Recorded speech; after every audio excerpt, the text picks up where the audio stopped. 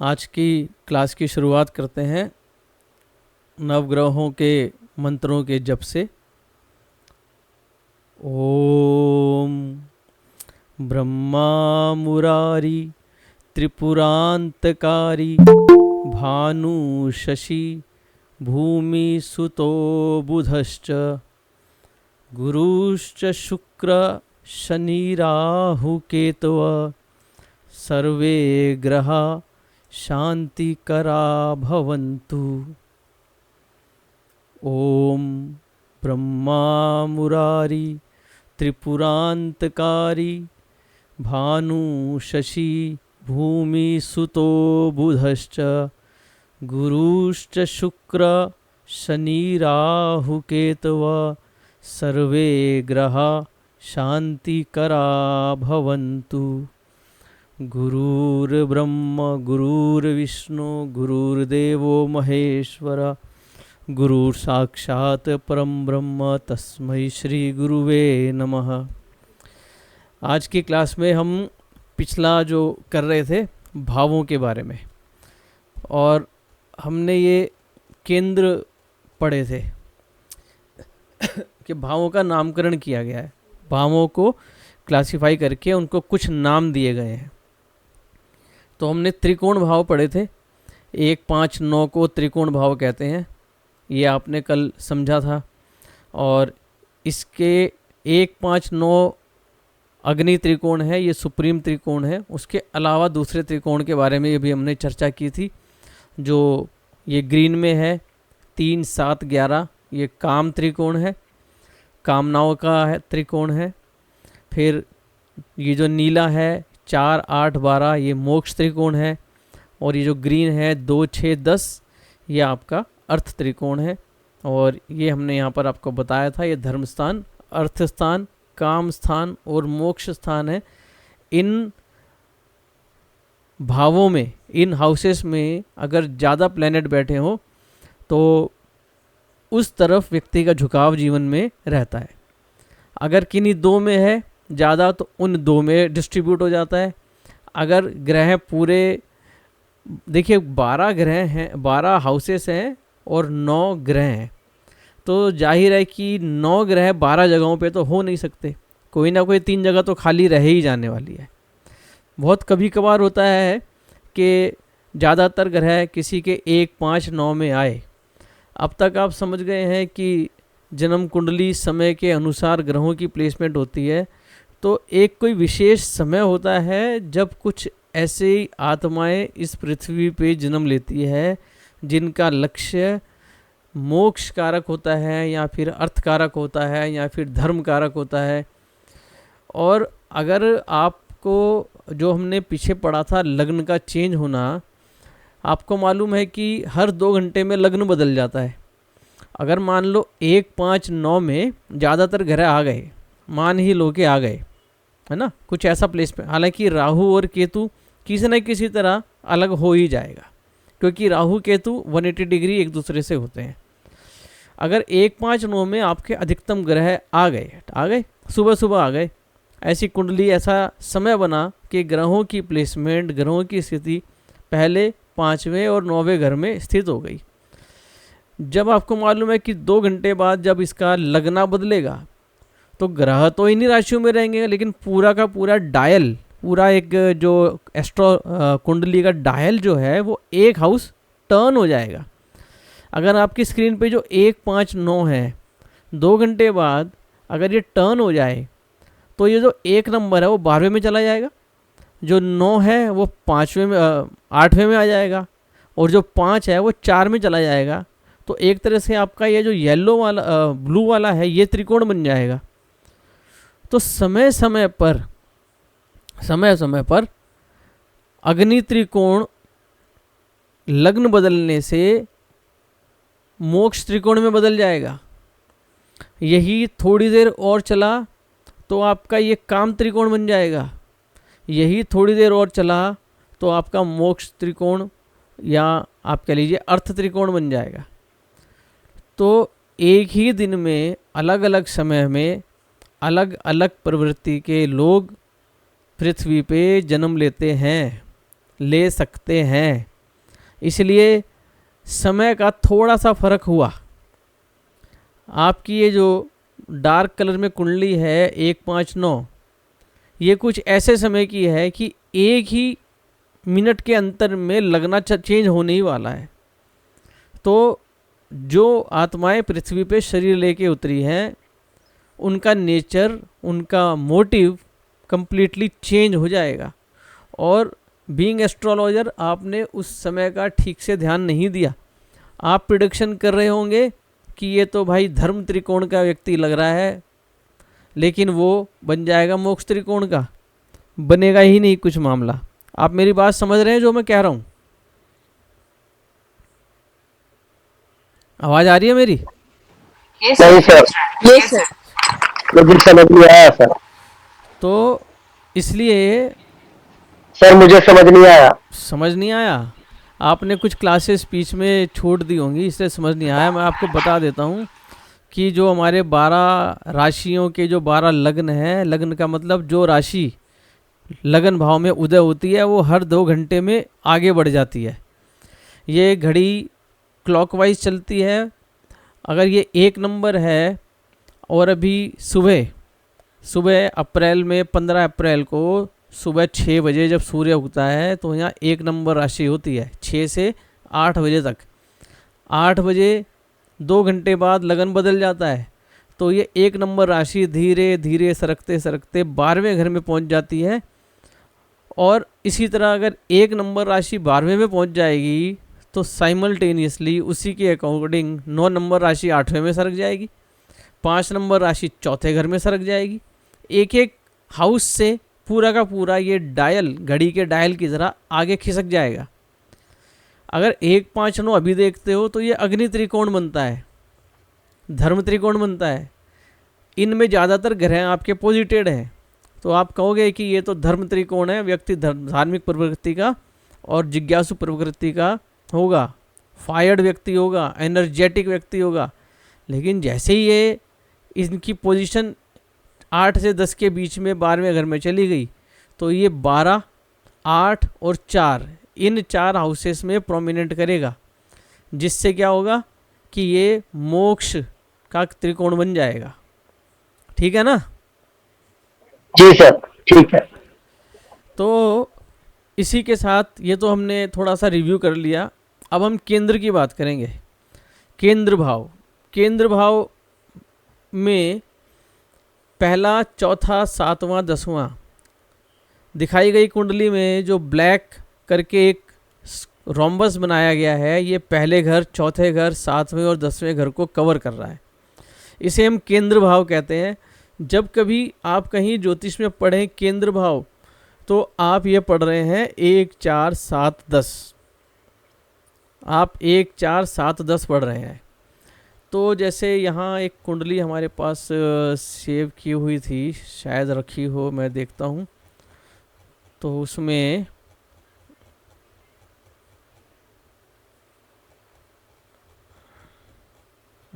ये नहीं है। जैसे ये एक कुंडली आप स्क्रीन पे देख रहे हो, तो इसके केंद्र में जो ग्रह हैं, केंद्र में वो ग्रह हैं मंगल, चंद्रमा, शुक्र और शनि। ये केंद्र में ग्रह बैठे हैं। तो अगर हम आपको कहीं आप पढ़ते हो या कभी हम ज्योतिष की चर्चा में ये कहते हैं कि केंद्र के ग्रह बलवान होते हैं, इसका केंद्र बलवान है। अगर आप इस कुंडली में देखो कि पहले घर में मेष राशि लिखी है और उसके स्वामी मंगल है, तो स्वामी वहीं पे विराजमान है। विराजमान मतलब पॉजिटेड है, वहीं पर बैठे हैं, ऐसा ज्योतिष की भाषा में कहेंगे। चौथा घर 4 नंबर राशि है, चंद्रमा वहीं बैठे हैं, चंद्रमा उनके स्वामी है करके। 7 नंबर आता है 7वें घर में, शुक्रदेव उनके स्वामी हैं, वहीं बैठे हैं। 10वें घर में शनिदेव आते हैं, शनिदेव के मकर के स्वामी शनिदेव वहीं बैठे हैं। तो हर व्यक्ति अपने अपने घर में बैठा है। अगर आप अपने घर में हैं तो आप बहुत कंफर्टेबल हैं, राजा है।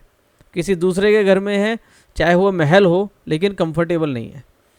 तो इस तरह से कह सकते हैं कि केंद्र बलवान है। ठीक, तो केंद्र इसको कहते हैं। अगर हम एक और नज़रिया देखें, ध्यान से सुनना जो मैं कह रहा हूँ। पहले घर से चौथे घर में डिग्री का कितना फ़र्क है, कैसे बताओगे? पहले घर से चौथे घर में डिग्री का कितना फर्क है? 120। 120 नहीं है, 90। 90। आपने चारों घर की डिग्रीज को ऐड कर दिया, वो बात सही है। हाँ मैंने चारों की है। हाँ। हाँ, आपने ऐड किया ये है, किराए की छोड़ रहे हैं जी। सही है, सही है, वो भी मैं बता रहा हूँ। देखो, 0 से 30 डिग्री पहला घर है, और 30 से 60 डिग्री दूसरा घर है, 60 से 90 आपका तीसरा घर है, 90 से 120 ये घर है। लेकिन वैसे देखा जाए तो इनमें डिफरेंस 90 डिग्री का है। अगर आप इसको देखो, पहला घर 0 डिग्री से शुरू होता है और चौथा घर 90 से शुरू होता है, तो 90 का डिफरेंस हुआ। पहला घर 30 डिग्री पे ख़त्म होता है और चौथा घर 120 डिग्री पे ख़त्म होता है, तो उनके अगर एंड पॉइंट्स को देखो तो उनमें 90 डिग्रीज का फ़र्क है। तो पहले और चौथे घर में 90 डिग्री का फ़र्क है। तो ये कह सकते हैं कि जब कोई दो ग्रह आपस में 90 डिग्रीज के डिफरेंस पे होंगे तो वो आपस में केंद्र में होंगे, आपस में केंद्र में होंगे। मंगल चंद्र केंद्र में कहे जाएंगे।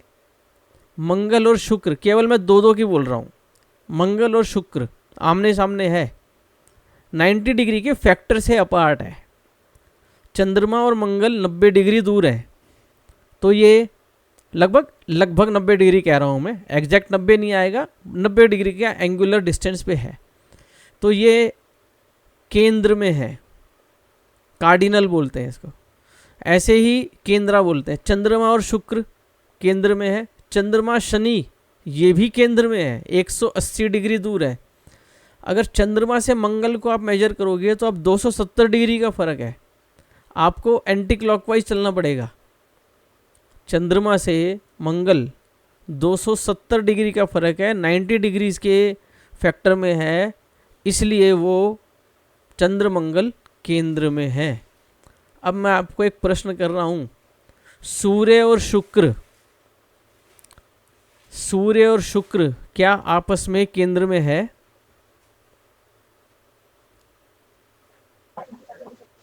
नहीं। No sir.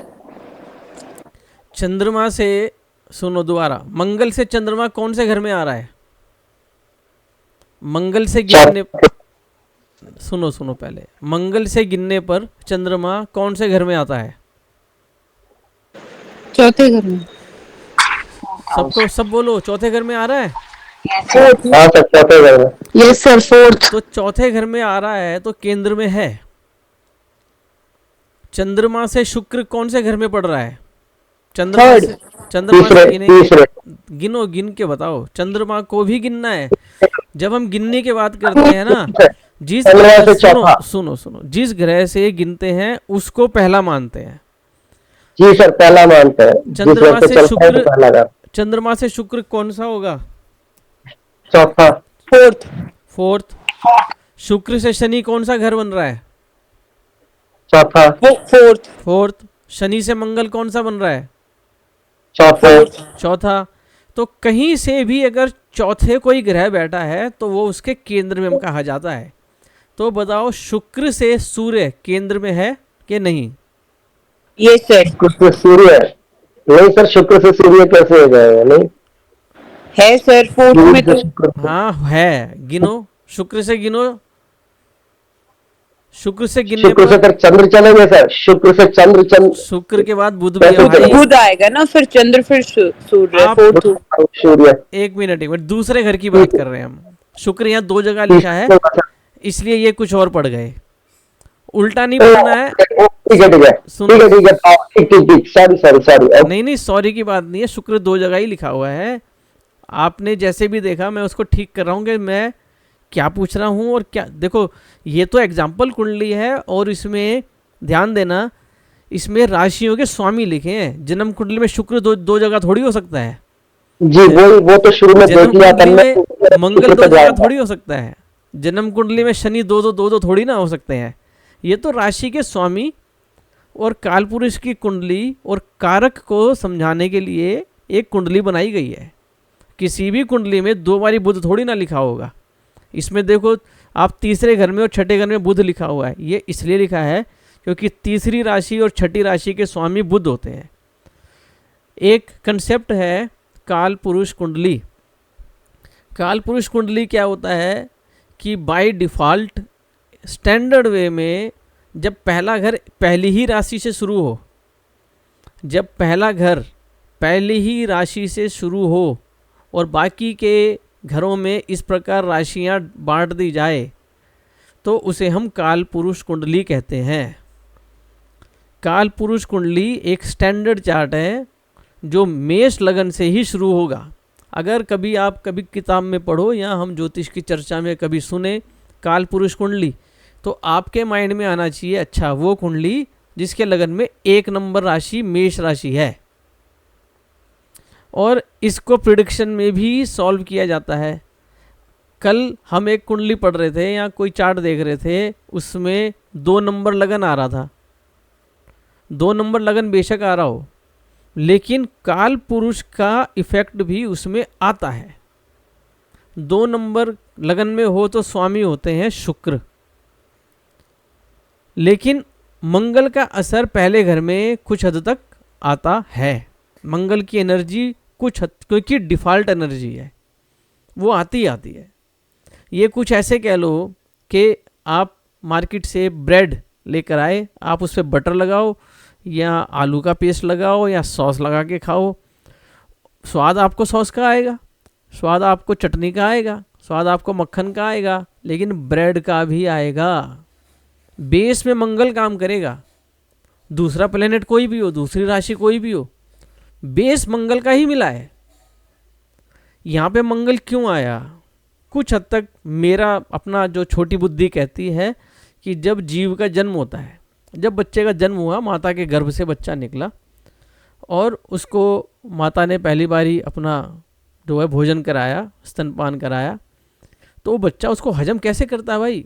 उसके अंदर परमात्मा ने पहले से एनर्जी मंगल की हीट दे के भेजा है। अभी उसका पहला घर ही है।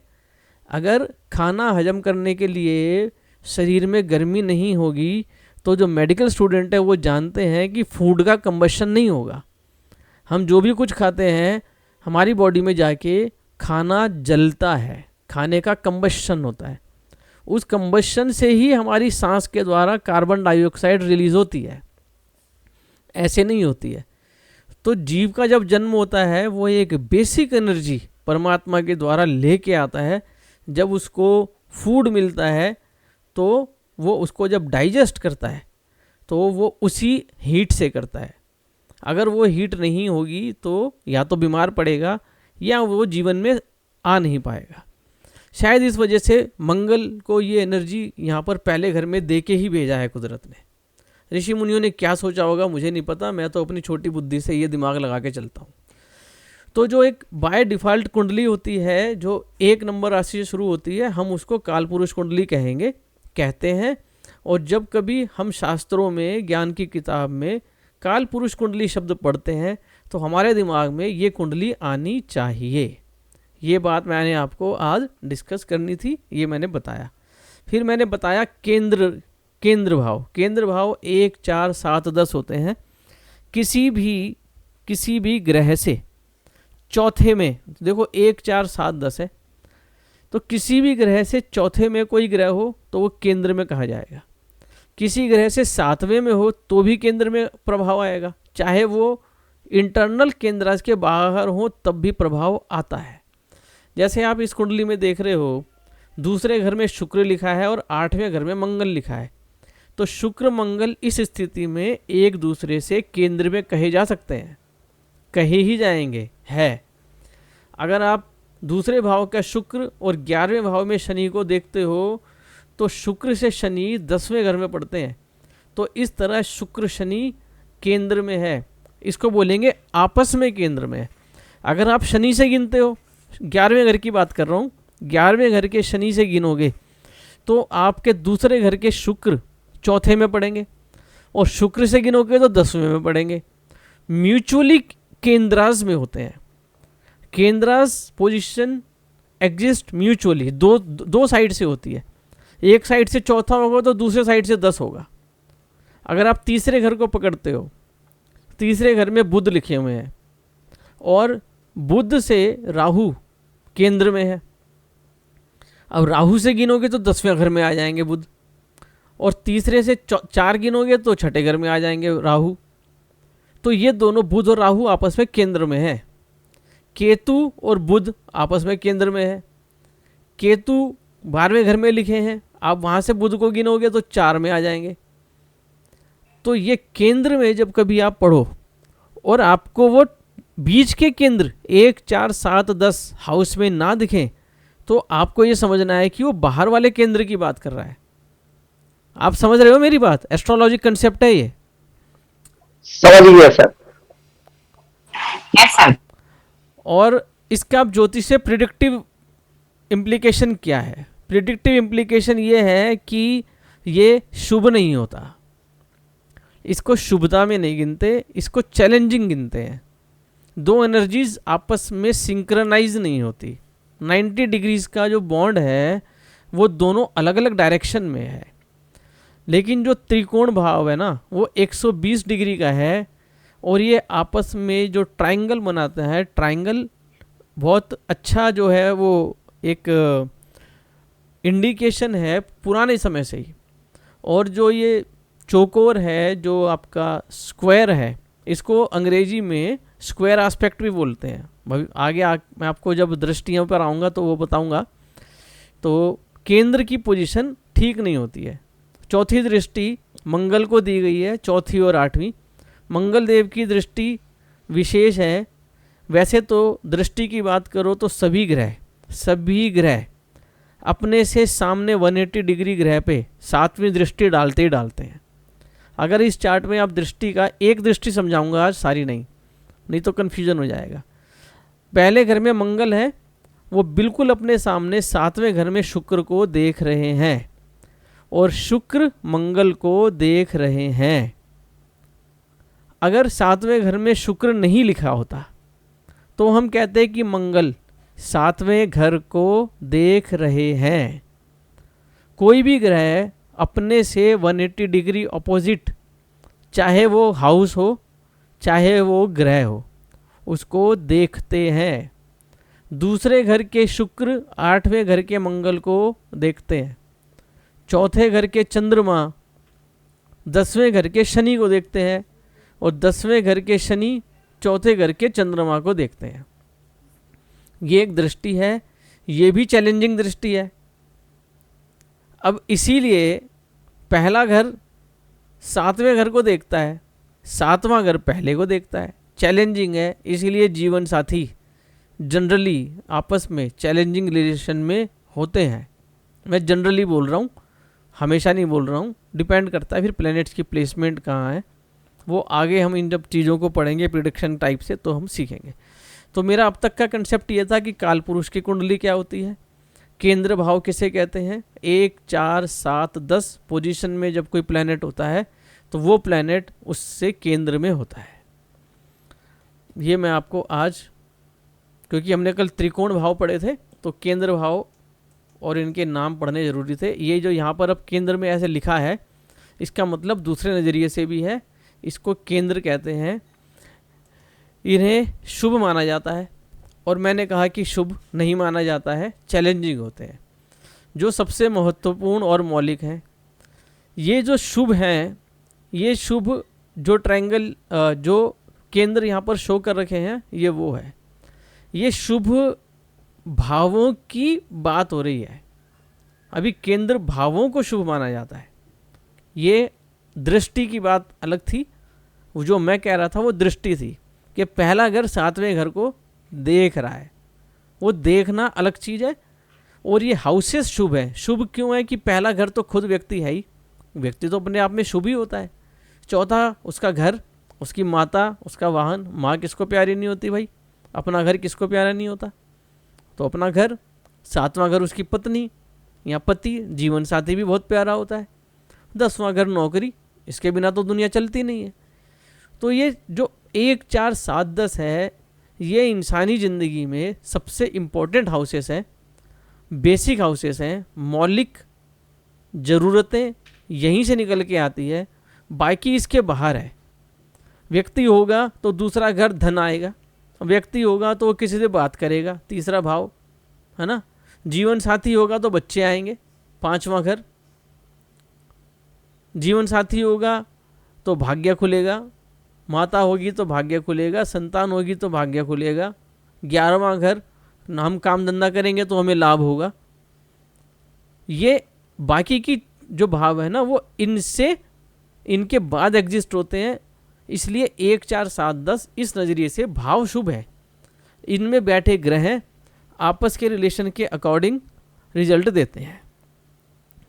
चौथा घर प्रिडिक्शन का टूल, प्रिडिक्शन का क्लू बता रहा हूँ। चौथा घर आपके घर का कारक है। जैसे अभी संजय जी ने कहा कि लकड़ी का घर या ईंट बुरादे का घर, किसका घर? अगर यहाँ पे शनिदेव स्थित हो, अगर शनिदेव स्थित हो चौथे घर में, तो व्यक्ति का घर पुराना होगा। जब से व्यक्ति को समझ होगी तब से वो पुराने घर में रहता होगा। और भविष्य में अगर वो प्रॉपर्टी ले पाया तो सेकंड हैंड प्रॉपर्टी लेगा। ये आप किसी को भी ये प्रिडिक्शन कर सकते हो। पहला घर अगर सूर्य है, चौथा घर सूर्य है। हम घर कैसा होगा यानी कि बिल्डिंग का स्ट्रक्चर कैसा होगा उसकी बात कर रहे हैं कि अगर चौथे घर में सूर्य होगा, सूर्य क्या है? राजा। तो उसका घर थोड़ा शाही टाइप का होगा, कमरे बड़े बड़े होंगे। अब ये तो है नहीं कि मतलब राजा के जैसे बड़े होंगे। आज पॉपुलेशन के कंपैरिजन में अपनी रिश्तेदारी में, अपने आस पड़ोस में जहाँ वो रहता होगा, अब आप एक अपार्टमेंट है वहाँ तो सबके घर ही एक नाप के होते हैं, तो उसके घर में कुछ शाहीपना होगा, सामान शाही होगा। उसकी जो घर की बेसिक, जैसे अगर बाथरूम है तो उसमें शाही तरह के नल के लगे होंगे। टेलीफोन इंस्ट्रूमेंट है तो थोड़ा शाही टाइप का होगा। ठीक, शनि होगा तो सारा सामान पुराने टाइप का होगा। उसी अपार्टमेंट में, उसी फ्लोर पे एक व्यक्ति जिसका चौथे घर में शनि देव बैठे हो और एक व्यक्ति जिसके चौथे घर में सूर्य देव बैठे हो, उन दोनों के घरों में ये फर्क होगा। जब आप किसी के घर में जाते हैं और आप जैसा देखते हैं आप उसके चौथे घर का आकलन कर सकते हैं। अगर उसके घर में, चौथे घर में चंद्रमा होगा, चंद्रमा खूबसूरती का कारक है, भक्ति का भी कारक है, बृहस्पति भी भक्ति का कारक है, तो उसके घर में पूजा घर जरूर होगा या पूजा पाठ का माहौल होगा। ठीक है। चौथे घर में राहु हो, चौथे घर में मंगल हो, घर में तामसिक खाना आपको मिलेगा, शराब मिलेगी, मीट मिलेगा। अगर घर में बनना अलाउड नहीं होगा तो बाहर से लाके जरूर खाते होंगे। इस तरीके से हम चौथे घर के घर कैसा होगा, घर का माहौल कैसा होगा, इन चीज़ों को प्रिडिक्ट कर सकते हैं। तो केंद्र भाव हमारे राशियों के अनुसार इस तरह से हमें प्रिडिक्शन देते हैं। ये केंद्र भाव होते हैं और ग्रह आपस में जो केंद्र में होते हैं तो ऐसे होते हैं। ये इन भावों की अपनी शुभता इस प्रकार है। 7वें घर में जीवन साथी को अगर हम समझें, 7वां घर केंद्र भाव है। केंद्र भाव में 7वां घर सूर्य देव होंगे तो जीवन साथी थोड़ा राजसी, क्योंकि सूर्य राजा है, राजसी होगा, प्राउडी होगा, शो ऑफ करने वाला होगा। मंगल है भाई बहुत तेज दिमाग का होगा, जुगाड़ू होगा। शुक्र है तो सॉफ्ट हार्टेड होगा, बहुत ज़्यादा ही लविंग होगा और बहुत रोमांटिक पर्सन मिलेगा उसे। शुक्र होगा तो घुमाएगा, खुश रखेगा।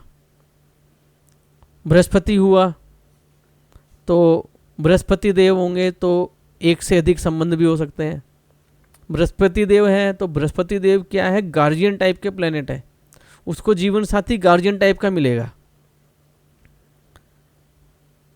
या वो व्यक्ति स्वयं अपने जीवन साथी के साथ भी गार्जियन टाइप का रहेगा। ऐसे ही वहाँ राहु आ गए तो जो जीवन साथी होगा चालाक होगा, तेज तर्रार होगा। ऐसे करके चीज़ें निकल के आती है। 10वें घर में आपको 10वां घर बोलते ही प्रोफेशन कहते हो, मैं बोलता हूँ 10 से 15 कीवर्ड याद करो। सम्मान,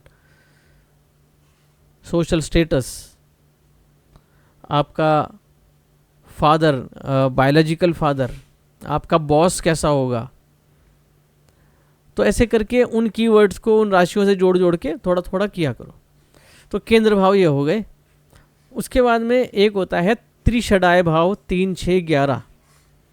3, 6, 11 भाव और 6, 8, 12, इनको दुह स्थान, दुख स्थान, दुह स्थान भी बोलते हैं। और त्रिषडाय त्रिक स्थान भी बोलते हैं, त्रिक स्थान। इस पर एक अमृता प्रीतम की एक बुक है। अमृता प्रीतम एक बहुत जो है प्रसिद्ध लेखिका है, उनकी एक बुक है, उनको पढ़ने की ज़रूरत नहीं है, मैं वैसे ही बता रहा हूँ। त्रिक भवनों की गाथा, ये पंडित कृष्णा अशांत जी हैं, लाल किताब के बहुत अच्छे गुरु हैं, आज इस दुनिया में नहीं है। दिल्ली के शालीमार बाग में कभी रहते थे। अब उनके पुत्र जो हैं इस परंपरा को आगे निभा रहे हैं। तो पंडित कृष्णा अशांत जी का उन्होंने इंटरव्यू लिया है अमृता प्रीतम ने, और उन्होंने लाल किताब ज्योतिष के नज़रिए से जो त्रिक भवन 6, 8, 12 जो आपकी जन्म कुंडली के 6ठा, 8वां और 12वां घर है, इन हाउसेस के बारे में बड़ा डिटेल में एक इंटरव्यू लिया है उन्होंने।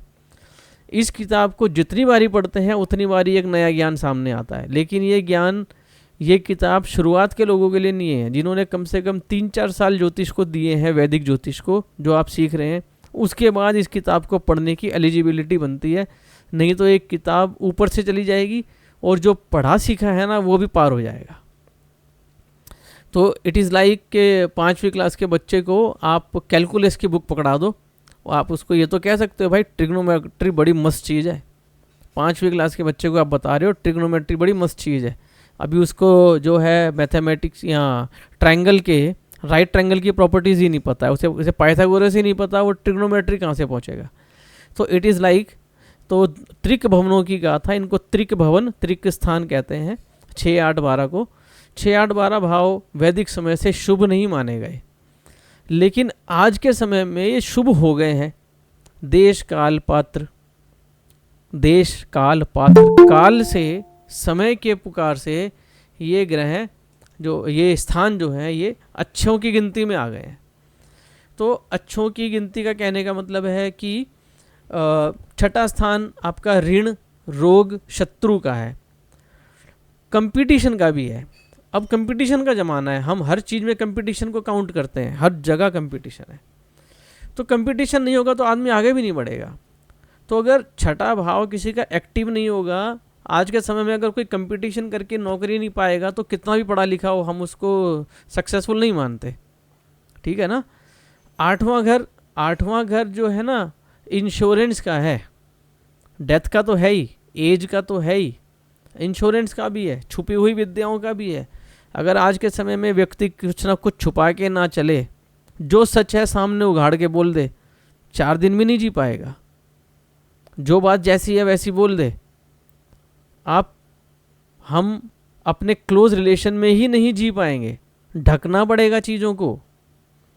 12वां घर दुख का स्थान है, प्रॉब्लम का स्थान है, लॉसेस का स्थान है, और एक तरह से लॉस होगा तो नई चीज़ आएगी, तो रिक्रिएशन की भी बात है।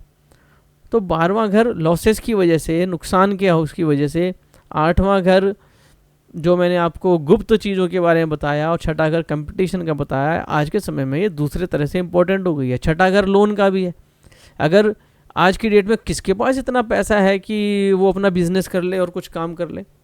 नौकरी की पढ़ाई करने के लिए भी उसको पैसा चाहिए, ट्यूशन के लिए, ट्यूशन छोड़ो, यूट्यूब पर सीखने के लिए भी डेटा चाहिए, खुद पढ़ने के लिए भी कम से कम किताब चाहिए, थोड़ा बहुत लोन चाहिए, दोस्त से एक किताब तो उधार लेनी ही पड़ेगी। चलो पैसा ना सही तो उधार लिए बिना कुछ नहीं होगा, लोन लेना ही पड़ेगा। तो आज के समय में 6, 8, 12 का एक्टिव होना इम्पोर्टेंट है। बाय डिफ़ॉल्ट 6, 8, 12 में अगर ज़्यादा ग्रह हो तो जीवन में संघर्ष बहुत रहता है, परेशानी बहुत रहती है, क्योंकि 12वां घर लॉसेस का, हॉस्पिटल का, बीमारियों का, छुपे हुए दुश्मनों का, छठा घर प्रत्यक्ष दुश्मन का, 8वां घर अनचाही मुसीबतों का। लेकिन अनचाही मुसीबतें आती है तो आज इंसान सरवाइव करता है। मारक स्थान, मैंने आपको एक कंसेप्ट बताया था कि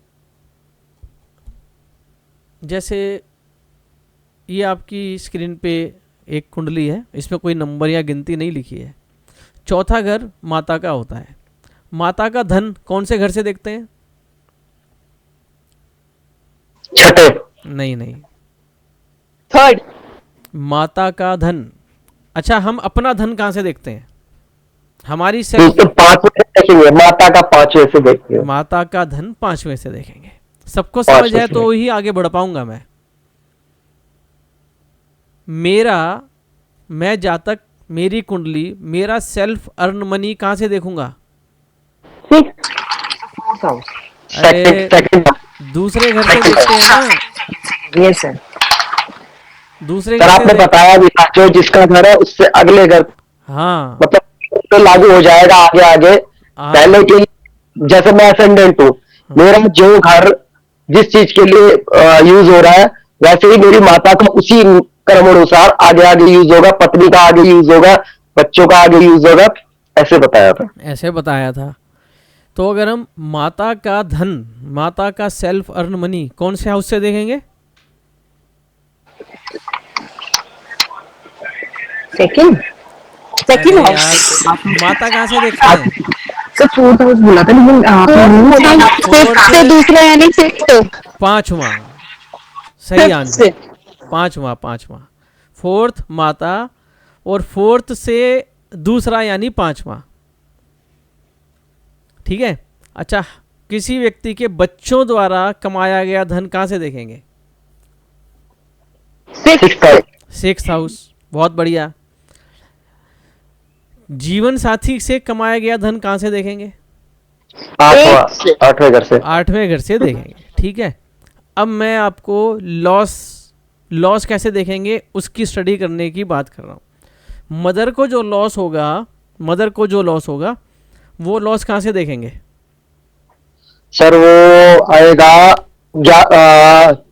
तीसरे घर से। तीसरे घर से सही आंसर है। लॉस बाय डिफॉल्ट हम 12वें घर से देखते हैं। ठीक है। मैं जातक हूँ, मेरी कुंडली है, मेरा लॉस मैं अपने 12वें घर से देखूंगा। तो मदर को अगर कोई नुकसान देखना है कि मदर को कोई नुकसान होने वाला है या नुकसान हो गया, और आपको देखना है यार ये कैसे हुआ नुकसान, तो आप मदर का 12th हाउस यानी एक हाउस पीछे चले जाओ ना। अगर आप लग्ना से एक हाउस पीछे जाते हो तो 12वां आता है, आगे जाते हो तो दूसरा आता है। तो मदर से एक हाउस पीछे जाओगे तो तीसरे में जाओगे ना। समझ आ रही है? Yes sir.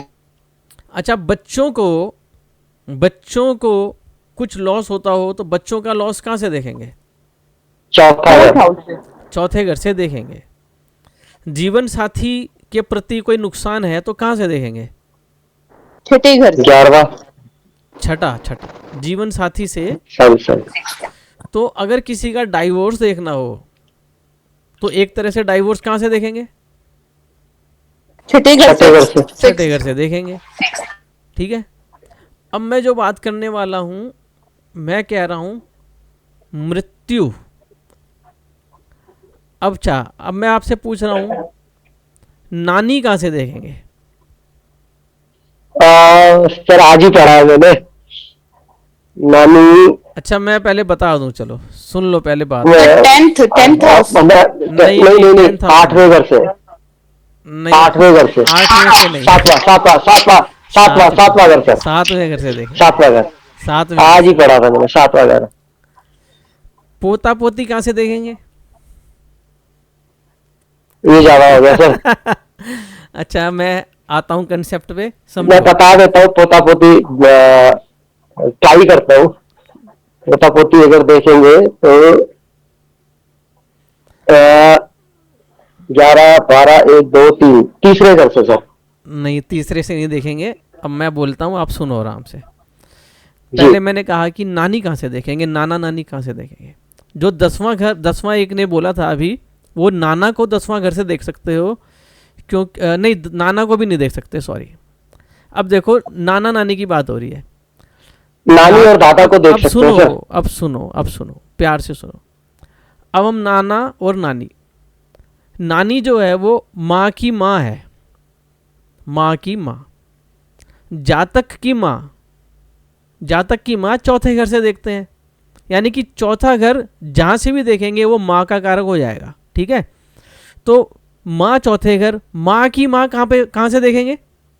माँ से 4 घर गिनो, 7। 7वें घर से।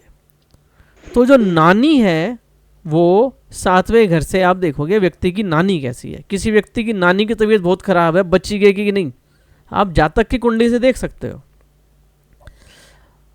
मामा कहाँ से देखेंगे? माँ के छोटे भाई बहन, छठे घर से। तो छठे घर से जातक के छोटे भाई बहन तीसरे हाउस से देखते हैं, तो माँ का तीसरा घर हो गया छठा घर, तो मामा मौसी छठे घर से देखेंगे, नानी 7वें घर से देखेंगे। अब ध्यान से देखा जाए तो नानी का 7वां लगन हो गया, और अगर माँ का 10वां भी लगन हो गया, 10वां घर बायोलॉजिकल फादर, राइट। तो 10वां घर बायोलॉजिकल फादर, वैसे तो पिता 9वें घर से देखते हैं, 10वें घर से अंग्रेजी, English astrology, western astrology 10th house को बायोलॉजिकल फादर बोलती है, ठीक। लेकिन वैदिक एस्ट्रोलॉजी 9th को ही फादर बोलती है। तो नाना जी देखने हैं, तो माँ से 9वां घर कौन सा हुआ? तीसरा।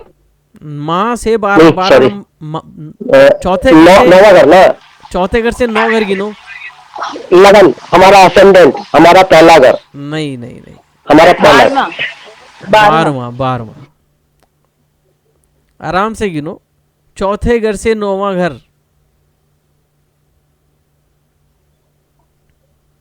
12th house. 12th हाउस हुआ।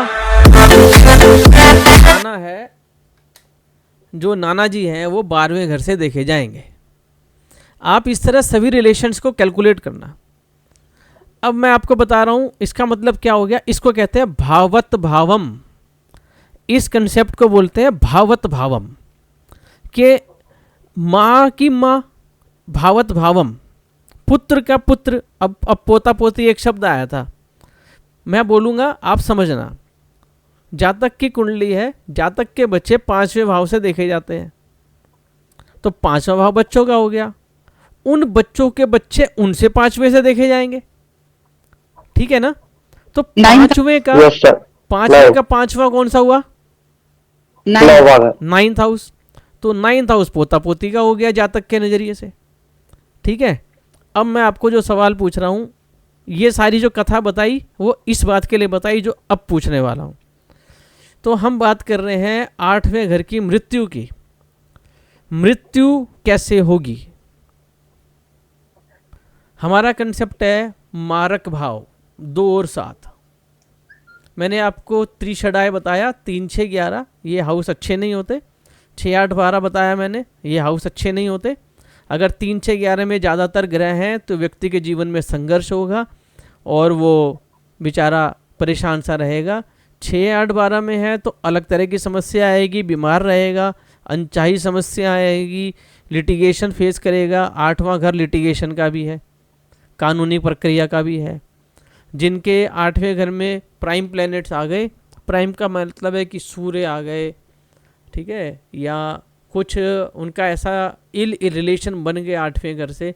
8वां घर रिसर्च का है, ज्योतिष का है, लेकिन 8वें और 12वें का रिलेशन कुछ हद तक लीगल उसमें ले जाता है। तो ये और भी कई चीज़ों पे डिपेंड करता है। जनरल आप अब तक काफ़ी चीज़ें समझ गए होंगे क्योंकि टोटलिटी में देखना पड़ता है। अब हम मारक स्थान को समझने के लिए 2 7 को इस बात को हमने किया। अब देखते हैं 8वां घर मृत्यु का होता है, तो मैंने कहा मृत्यु की मृत्यु कैसे होगी, यानी 8वें से 8वां। जैसे पुत्र के पुत्र 5वें से 5वां, माँ की माँ चौथे से चौथा, पिता का पिता 9वें से 9वां। तो फिर मृत्यु कैसे होगी? मृत्यु से मृत्यु का भाव 8वें से 8वां कौन सा होगा बताओ अब? दूसरा, थर्ड हाउस, दूसरा, गलत दूसरा, गलत गलत चौथा, चौथा, गलत। नहीं नहीं, दूसरा, दूसरा, गिन के करो, गिन के। सर दूसरा, दूसरा नहीं होगा, तीसरा होगा। थर्ड हाउस है। गिनो आराम से। 8वें को 1 Third. नंबर करो, 8वें का 8वां होगा थर्ड। थर्ड, ठीक है, यस सर। 8वें का 8वां थर्ड। और लॉसेस का कौन सा हाउस होता है? 12वां। ट्वेल्थ हाउस, तो जो मृत्यु का लॉस कैसे होगा? मृत्यु का मेथड क्या होगा? मृत्यु का लॉस कैसे होगा? यानी मृत्यु के भाव से 12वां, यानी 8वें से सातवां घर, 12वां। 8वें से 12वां कौन सा सातवां होगा? घर, 7वां। सातवां घर, और 8वें का 8वां हमने देखा था अभी तीसरा। तीसरा, मृत्यु से मृत्यु तीसरा, और तीसरे का लॉस उससे पहला यानी दूसरा।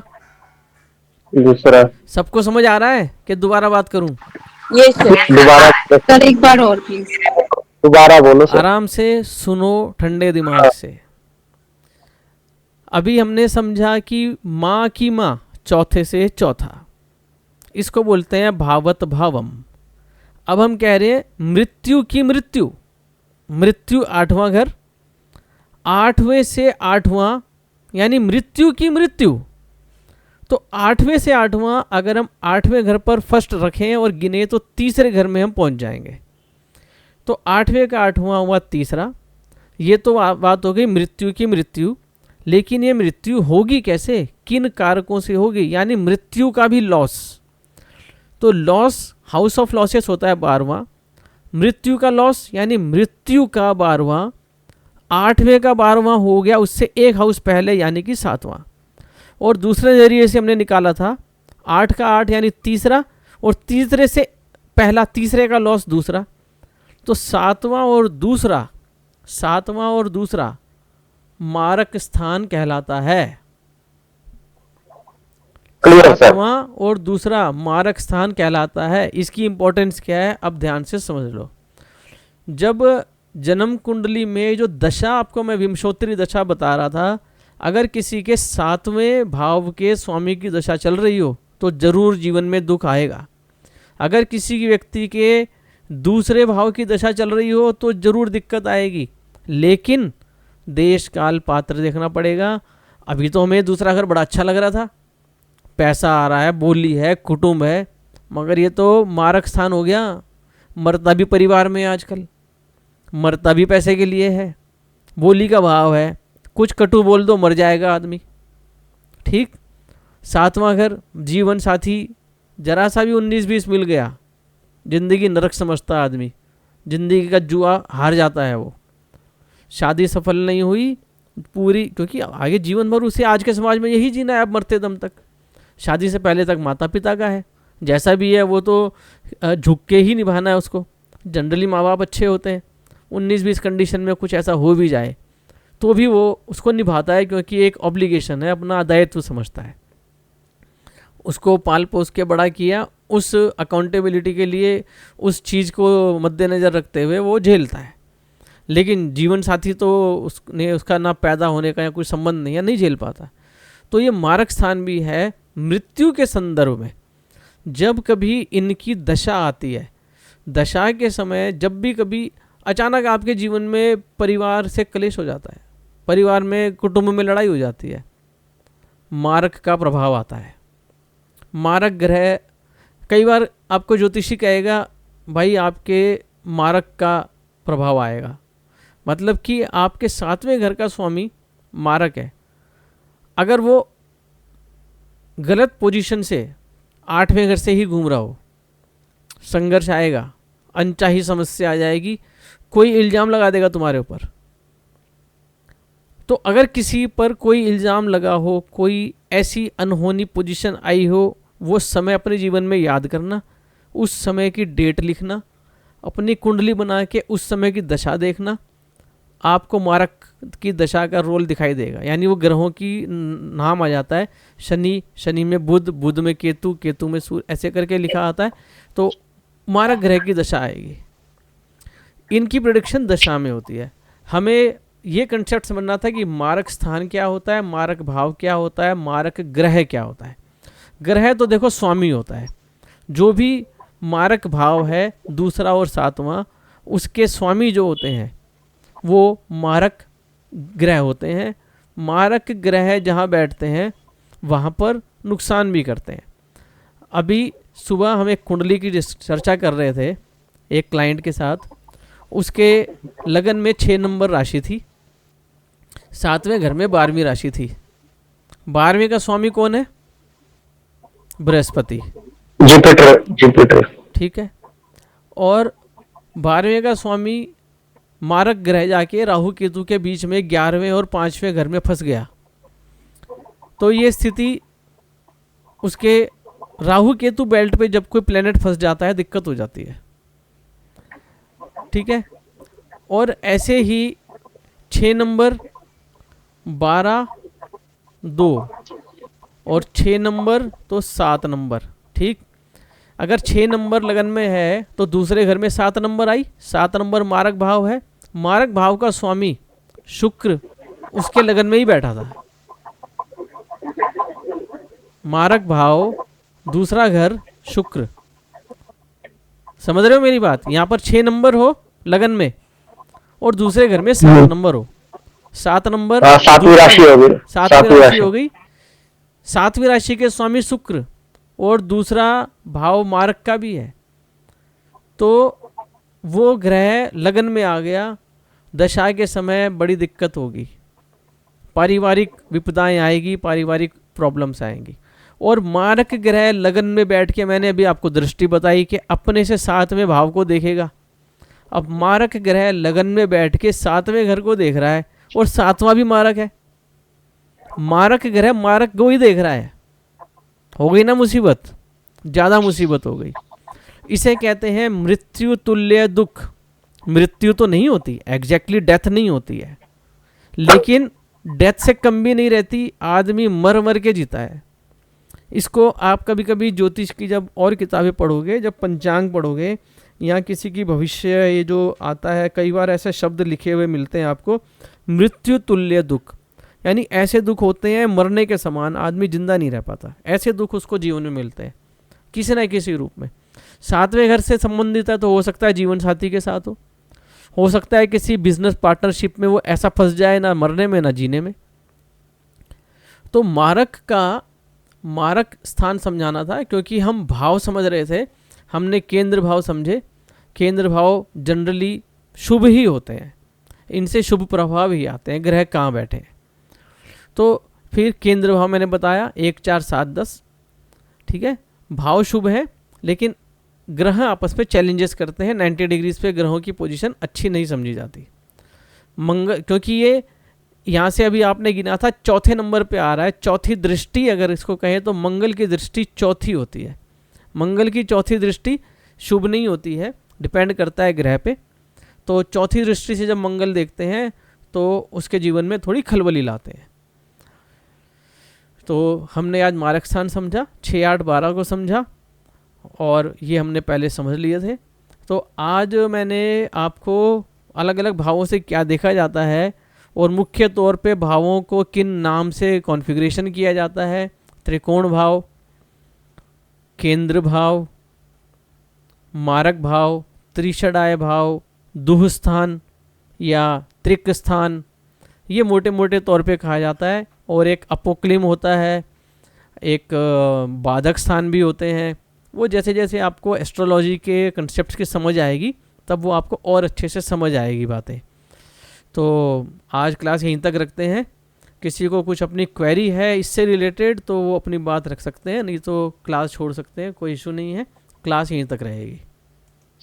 सर मेरी है। हाँ, मैंने देख लिया आपका हाथ खड़ा था और मैं अपनी बात खत्म करके पूछता आपसे। बताइए। मैं भी लास्ट में ही करना चाहता था। आप पूछते भी तो लास्ट ही करता। सर जुपिटर जो है सबसे शुभ ग्रह है। हाँ। और आपने ये भी बताया था कि अगर स्त्री के संदर्भ में ये देखना हो कि सातवें मतलब पति का देखना हो तो जुपिटर ग्रह है तो शुभ है। हाँ। अभी आज आपने बताया कि यदि सातवें घर में जुपिटर बैठा है तो वहां मतलब वो शुभ नहीं होगा। ठीक है, करें आपके प्रश्न का उत्तर दें।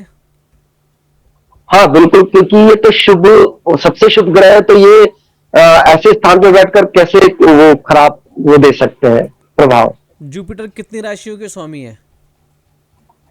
जुपिटर है सर मीन राशि के और धनु राशि के। 2 राशियों के स्वामी है, जी इसलिए वो डुअलिटी देते हैं, ओके। चीजों को 2 कर देते हैं। अगर तो किसी के 5वें सर घर में, सुनो, अब किसी के 5वें घर में अगर बृहस्पति हो तो 2 बच्चे जरूर हों, 1 से अधिक संतान होगी उसको। अगर ओके 7वें सर, घर में ठीक है तो 7वें घर से जुड़ी हुई चीजें 1 से ज्यादा होगी।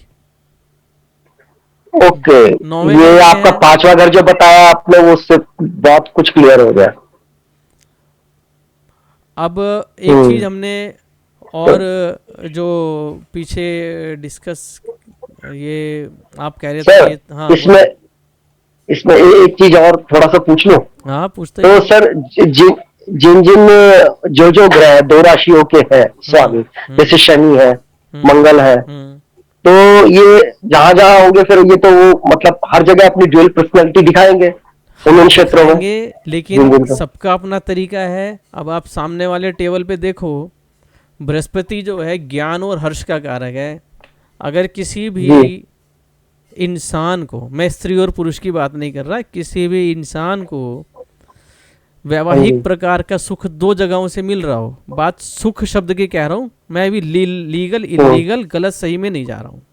हाँ ठीक है। हाँ। वो देश काल पात्र से लीगल इलीगल होता है, विदेशों में इसको लीगल कर दिया गया है कई जगह, और पूर्व के समय में भी, वैदिक काल में भी 1 से अधिक पत्नी की प्रथा रही है, ऐसी कोई विशेष बात नहीं है। ठीक है, और ये आज के, सुन लो, आज के विधान नहीं है। तो जो गुरु का हर्ष का और ज्ञान का रोल है।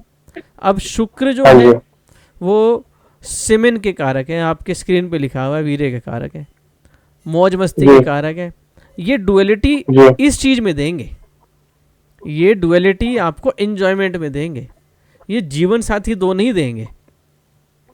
ये आपको संतान का, या ये आपको ना 2 तरह का फन देंगे। जैसे आपको, आप लेखक भी हो सकते हैं और म्यूजिशियन भी हो सकते हैं। आपको शुक्र कला का कारक है, बंदे को कलाकार बनाएंगे। अगर 7वें घर में शुक्र है तो आप ये कह सकते हैं जीवन साथी थोड़ा आर्टिस्टिक होगा।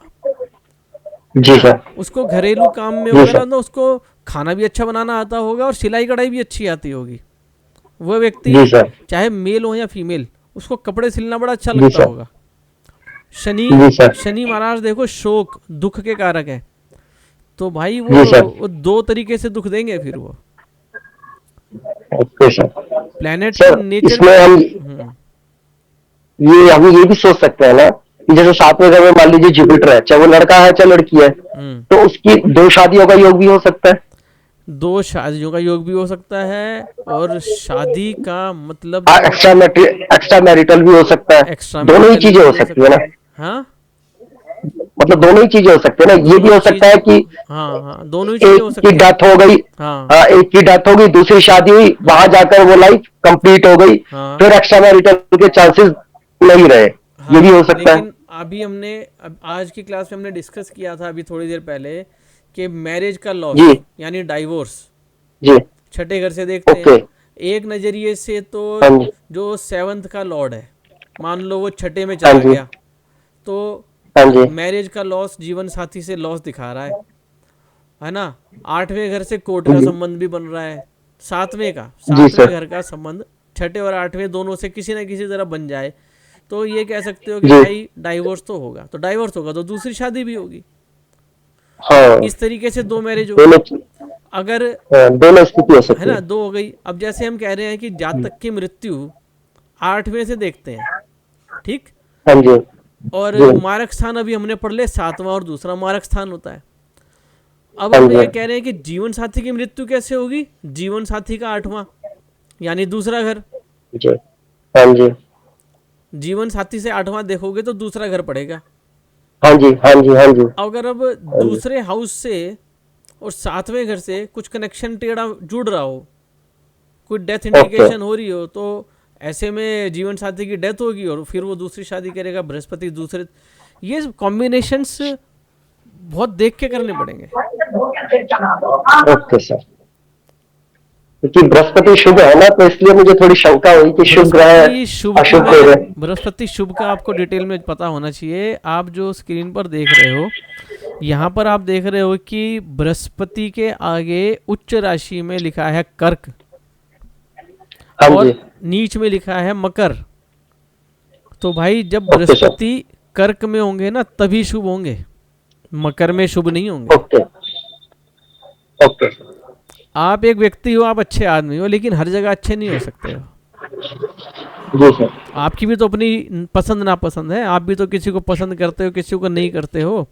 आपको किसी ने धोखा जी सर। दिया, चीट किया, उसके साथ अच्छा व्यवहार थोड़ी करोगे। आदमी तो अच्छे हो आप, जी।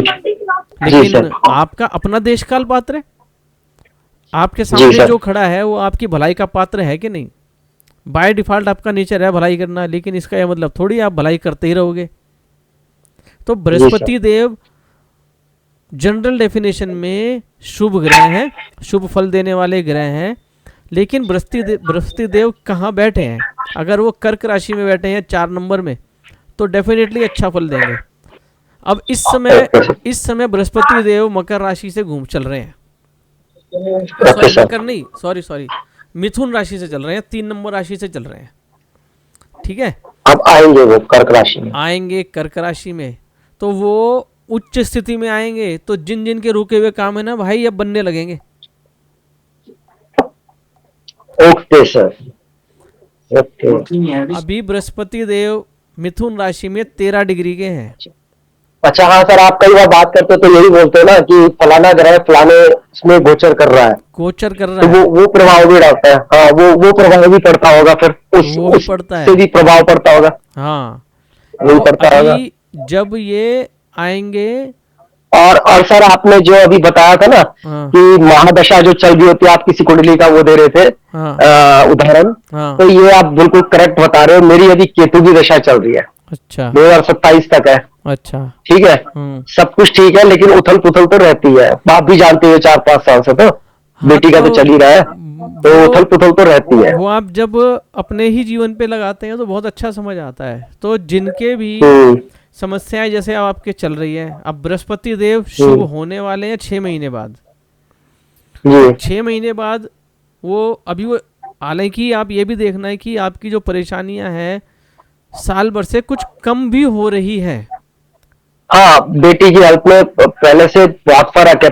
टचवुड अभी 1 महीने से तो इसका काफी मतलब फर्क है। यही है कि बृहस्पति देव अपनी शुभता की ओर बढ़ रहे हैं। जी। इसको हम क्या बोलते हैं, उच्चाभिलाषी। ये उच्च राशि की तरफ जा रहे हैं तो उच्चाभिलाषी दे बोलते हैं इनको। ये उच्चाभिलाषी। उच्चाभिलाषी आपने उसमें हिंदी की बुक में पढ़ा भी होगा, ये वर्ड वहां पर आया है। मैंने पढ़ा है। उसका ये मतलब है उससे कुछ- उच्चाभिलाषी। हाँ जी। उस बात का ये मतलब है कि उच्च राशि की तरफ जा रहे हैं, उच्चाभिलाषी जा रहे है। हैं। और जब वो उच्च में आ जाएंगे तो जिन जिन के अभी काम अटके हुए हैं ना, वो कैसे निपटेंगे, वो सोचेंगे यार अब सब ठीक है। तो जीवन ऐसे ही चलता रहता है। जी सर। अभी इसी दौरान शनिदेव आजकल मीन राशि में कल वक्री चल रहे कल से हैं। वक्री हो गए, आज से वक्री हो गए। ठीक है, तो ये इनके प्रभाव, जिनके काम कहीं घूमने जाने के हैं या विदेश जाने के किसी के काम है, तो भाई अब वो डिले और हो जाएंगे। अचानक ही डिले हो गए होंगे, अचानक ही कोई ना कोई प्रॉब्लम आ गई होगी। और थोड़े दिनों में जब शनिदेव मेष राशि में आएंगे, शनिदेव देखो आप इस लाइन में, शनिदेव मेष राशि में नीच के लिखे हुए हैं। हाँ जी। तो शनिदेव जब नीचस्थ हो जाएंगे तो मेष राशि वालों के साथ बड़ी दिक्कत आएंगी।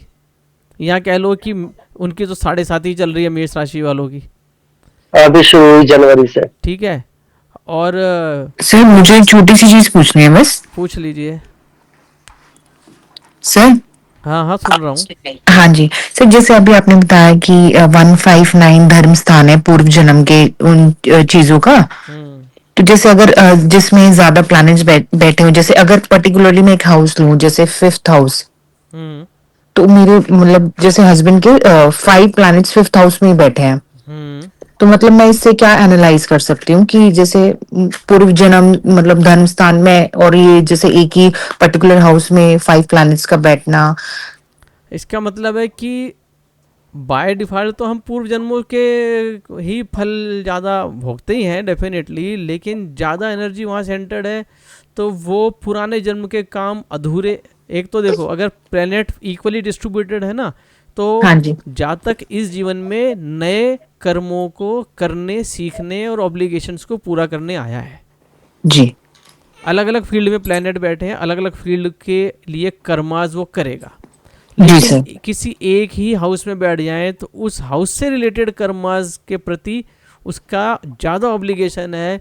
तो पूर्व जन्म के कुछ अधूरे काम जिनके इक्वली डिस्ट्रीब्यूटेड है ना, वो पूर्व जन्म के काम अधूरे नहीं है, वो प्रोग्रेसिव लाइफ है उनकी। जी सर। तो पांचवें में अधिकतम ग्रह होने से व्यक्ति थोड़ा डिसीजन लेस हो जाता है, थोड़ा कंफ्यूज्ड रहता है, अपने टारगेट्स को, अपने एम्स को डिसाइड नहीं कर पाता, क्योंकि वो पिछले जन्मों में उसका जीवन चल रहा होता है। अच्छा। वो जो भी कर्म अभी कर रहा है वो उसके पूर्व जन्म के ऑब्लिगेशंस को क्लियरली काट रहा है। लेकिन अगर ग्रहस सभी राशियों में 12 भावों में अलग अलग अलग पॉजिटेड है, एक जगह नहीं है, हर एक में एक एक एक, एक और 3 घर खाली है, तो वो अगला जीवन में चला गया। वो अब वो आगे की जीवन से ज़्यादा प्रोग्रेसिव साइड में ज़्यादा है, पिछले से बहुत ना के बराबर है। पिछले से बस वो एक छोटा सा एक कॉज लेके आया है, लेकिन आगे के उसके बड़े कॉज हैं। पांचवें घर में ज़्यादातर ग्रह हैं तो उसको पांचवें घर से रिलेटेड कॉज है। अब वो राशि उसका 1, 5, 9 की तीनों को चीज़ें देखना, और किन किन का स्वामी हो के वो पांचवें घर में है, वो उनके प्रति लाइबिलिटीज़ पूरी करने के लिए आया है, और वो ज़्यादातर उनमें लगा रहेगा।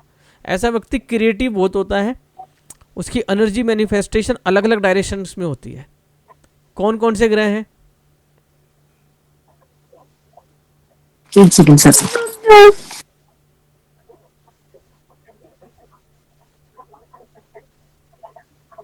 Sir Venus, Mars, sun, Mercury, Venus, Rahu. Mars, sun, Mercury and Rahu.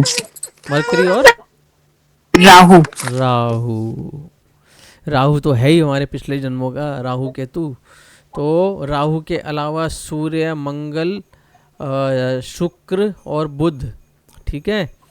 Yes sir. तो पर्सन अपने पिता के प्रति, पत्नी के प्रति और बच्चों के प्रति, पिता पत्नी पुत्र के प्रति अपने कर्मास निभाने आया है, जिनको वो अच्छे से निभाएगा, जिनको वो अच्छे से निभा रहा होगा। उसका पिता से रिलेशन अच्छा होगा, अपने बच्चों के लिए केयरिंग होगा, अपनी पत्नी के लिए अच्छा होगा। Yes sir. ये जो, क्योंकि वीनस पुरुष के लिए पत्नी का कारक है, सूर्य पिता का कारक है, बुध जो है संतान का तो नहीं है, लेकिन बेसिक एनर्जी, बेसिक अंडरस्टैंडिंग, ऐसा व्यक्ति अंडरस्टैंडिंग होता है। राहु और बुध साथ है तो उसकी अंडरस्टैंडिंग और बढ़ जाती है, सामने वाले की बात को वो इजीली समझ लेता है, और कई बार तो ऐसा होता है कि बिना कहीं भी समझ लेता है। अपने पिता की बात, उस पिता को उसे ज़्यादा कहना नहीं पड़ता, पत्नी को ज़्यादा कहना नहीं पड़ता, अंडरस्टैंडिंग बहुत क्लियर होती है, प्री अंडरस्टैंडिंग होती है। पति पत्नी की बात को भाप जाता है और उस काम को करता है। जी सर। ऐसा ही है। Yes sir. राशि कौन सी है? राशि मतलब लग्न में? नहीं, पांचवें घर में। 8। अच्छा, वृश्चिक राशि है। तो ऐसे रिसर्च का काम किसी के मन की बात को जान लेते हैं बड़ी आसानी से। किसी के भी मन की बात, जिनसे वो डील करते हैं, उनके वो क्या चाहता है उन्हें पहले ही पता लग जाता है, उन्हें पता होता है। जी सर। जी सर, क्या है या नहीं ये बता। हाँ हाँ है सर। ऐसे आदमी को, मतलब उसे खुद नहीं पता, लेकिन उसे पता है। राहु, राहु के बाद सुनो, मैंने पढ़ा था फल दीपिका में, सभी सुनो। राहु महाराज के लिए कहते हैं कि आपको एक चाबियों का गुच्छा मिला और आपके पास एक ताला है, तो अब आप, एक बंदा होगा वो सारी चाबियां लगा के देखेगा, एक बंदा होगा वो अंदाजा लगाएगा, कहेगा यार 10 में से ये चाबी और यही लगेगी।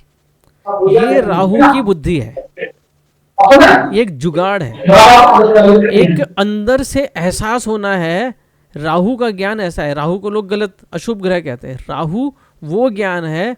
राहु पता है, राहु के जो अधिष्ठित माता है वो सरस्वती माता है, ज्ञान की देवी सरस्वती।